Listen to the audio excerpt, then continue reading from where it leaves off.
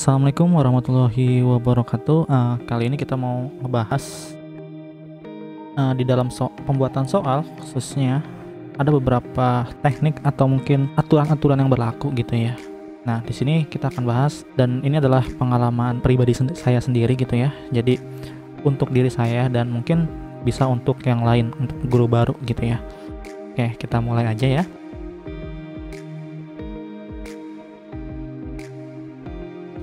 Kesalahan yang pertama ini ada di bagian ketika untuk ujian sekolah gitu ya. Nah, jadi kalau misalkan kita lihat sini kan untuk lembar ujian sekolah sebenarnya ya. Jadi kalau untuk ujian sekolah semester ini seharusnya hilang ya. Jadi ini nggak usah kalian gunakan gitu, atau kalian hapus aja nih bagian sini ya. Nah, itu adalah kesalahan yang pertama pada awal lembar header dari si soalnya. Oke, kita lanjut lagi. Kesalahan apa aja sih berikutnya gitu ya. Kalau sampai yang petunjuk sini sudah jelas gitu ya kalau kata pengawas.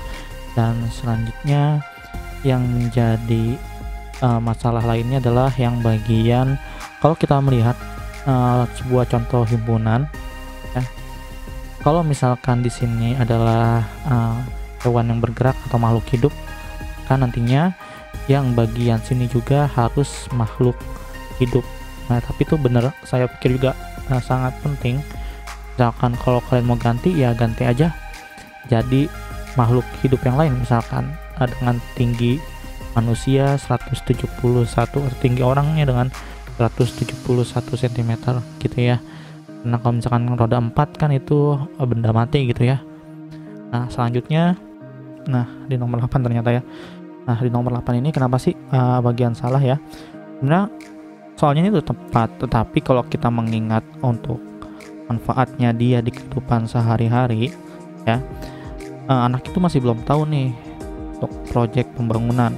Lebih sebisa mungkin lebih dekat ya, lebih dekat di kehidupan sehari-hari. Misalnya apa? Kalau misalkan perbandingan berbalik nilai itu bisa kalian gunakan misalkan kerja kelompok gitu ya. Kerja kelompok jika hanya dua orang, waktunya berapa? Jika ditambah lagi teman kalian yang mau gabung, maka kan pekerjaan akan semakin cepat. Nah, mungkin seperti itu ya.